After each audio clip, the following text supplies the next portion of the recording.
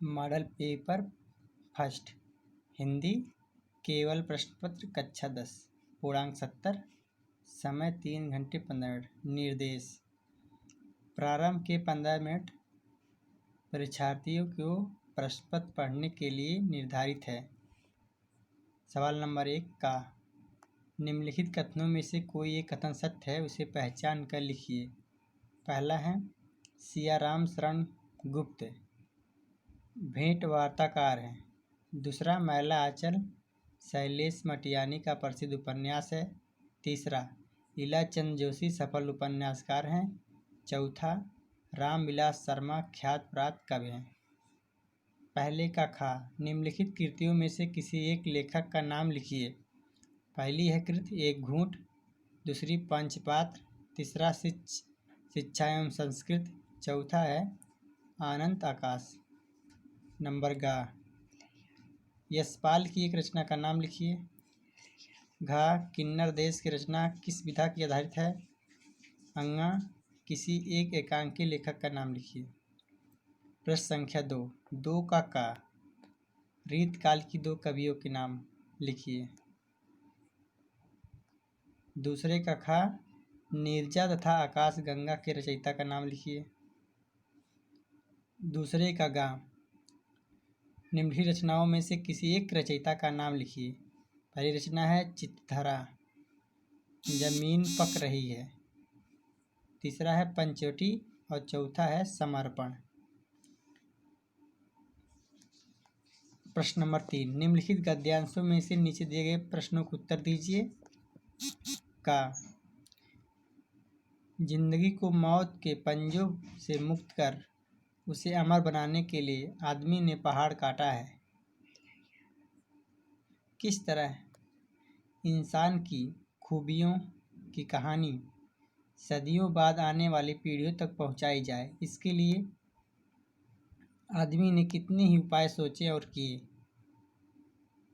उसने चट्टानों पर अपने संदेश खोदे तोड़े, ऊंचे धातुओं से चिकने पत्थरों के खंभे खड़े संदेश खोदे,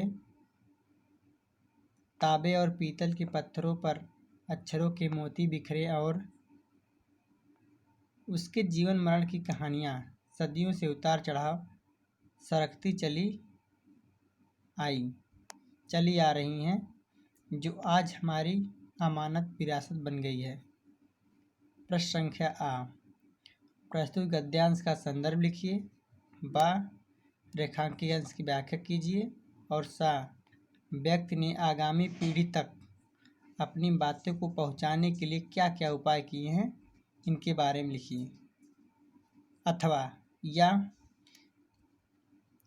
आज हम इसी निर्मल शुद्ध शीतल और स्वस्थ अमृत की तलाश में हैं और हमारी इच्छा अभिलाषा और प्रतिज्ञा है कि वह इन सभी अलग अलग बहती हुई नदियों में अभी भी उसी तरह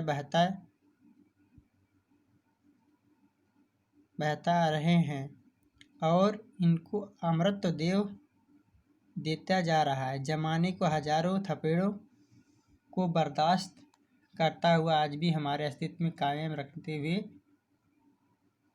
हैं और रखेगा।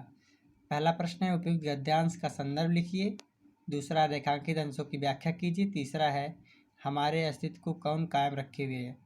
प्रश्न नंबर 4, निम्नलिखित पद्यांशों में से किसी एक का संदर्भ सहित व्याख्या कीजिए और काव्यगत संदर्भ भी स्पष्ट कीजिए। का है सागर निज छाती पर जिनके अगणित अवर्ण पीत उठाकर पहुँचाया करता था, प्रमुदित भूमंडल के सकल तटों पर नदियाँ उसकी यश धारा सी बहती है। अब भी निस्वासर ढूंढो उनके चरण चिन्हों पर, पाओगे तुम इनमें से तट पर।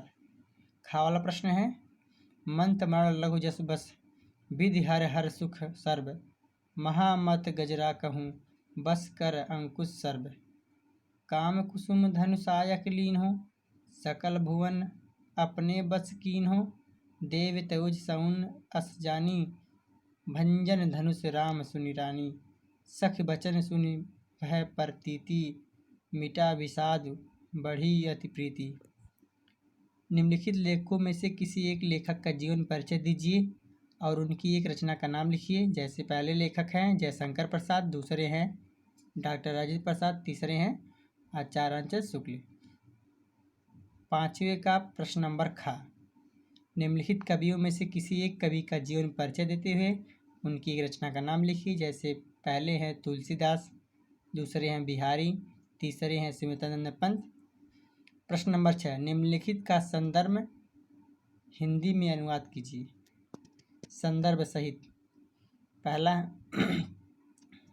संस्कृत पदव्युत्पन्न का यह है, ऐसा नगरी भारतीय संस्कृत भाषायां केंद्र अस्ति इत एव संस्कृतवाड्मस्य संस्कृत आलोके सर्वस्य प्रसूत।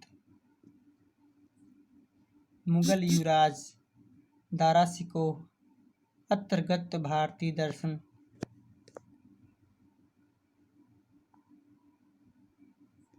भारतीय दर्शन शरणाम् अध्ययनम् आकरोत्, सा तेष ज्ञानं प्रभावितम् अभवत् यात् तेन उपनिषद अनुवादं परभाषायां करत् अथवा